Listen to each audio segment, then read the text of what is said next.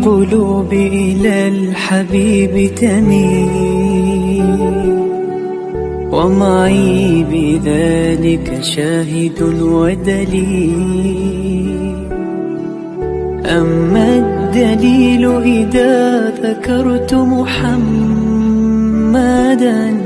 فترى دموع العاشقين.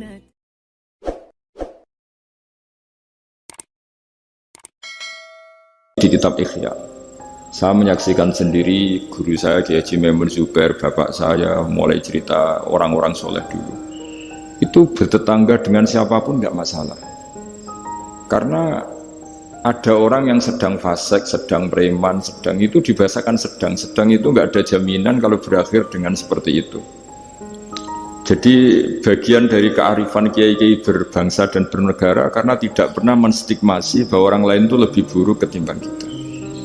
Sehingga ya kita nyaman saja, nyaman berteman siapa saja karena kita tidak pernah punya perasaan lebih baik.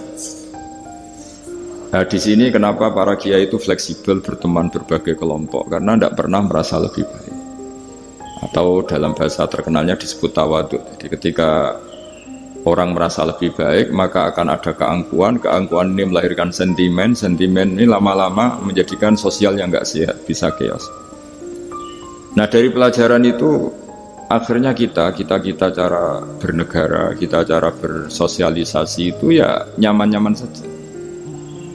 Karena Allah Ta'ala itu membuat status sebenarnya itu di akhir.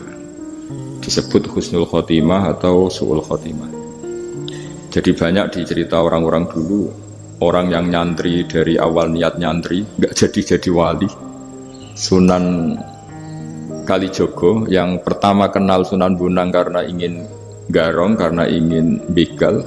Dalam cerita-cerita yang legendaris itu justru jadi santrinya dan jadi wali. Jadi perkenalan yang awalnya tidak baik, berakhir dengan baik.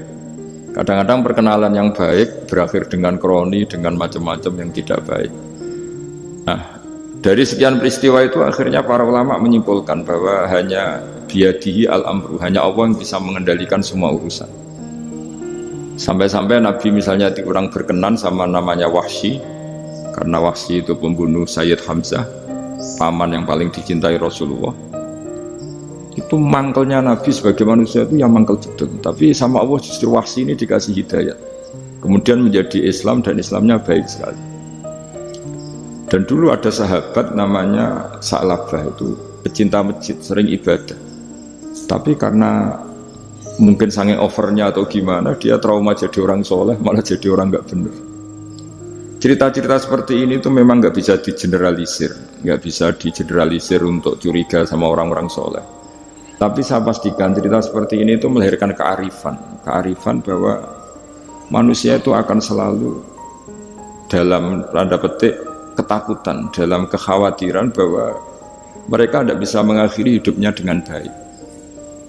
Sehingga di sini melahirkan kearifan, dan dari kearifan itu kita bernegara itu akan baik, karena kita tidak mungkin menstigmasi kelompok lain itu sangat buruk atau sangat bahaya atau ancaman, karena kita sama-sama punya kearifan untuk berkawan, bersosialisasi.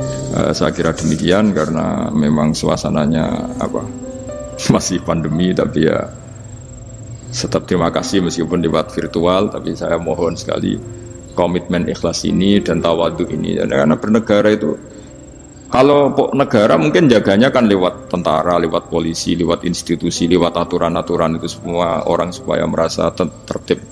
Tapi kita sebagai kiai, tertib itu dimulai cara tawadhu tadi, karena kita tidak merasa paling benar sehingga hubungan dengan siapapun kita akan baik.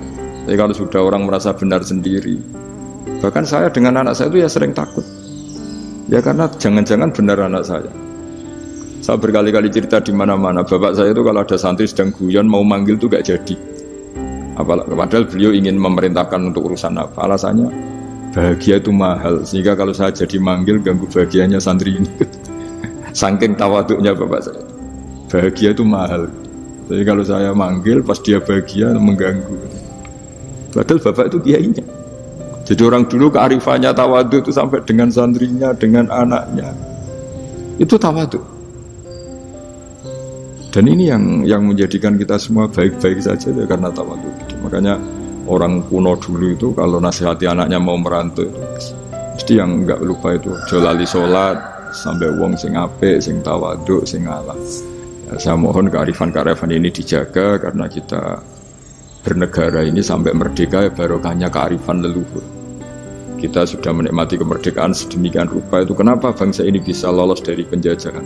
Karena orang-orang luhur dulu itu nasihatnya tunggal tadi. Kita patriotik, kita heroik, hubungan dengan negara memberi, sehingga terus bisa merdeka. Coba kalau dulu sudah latihan merdeka, hubungannya mendapat geger rebutan aset, rebutan apa saja bisa habis kita sebagai bangsa.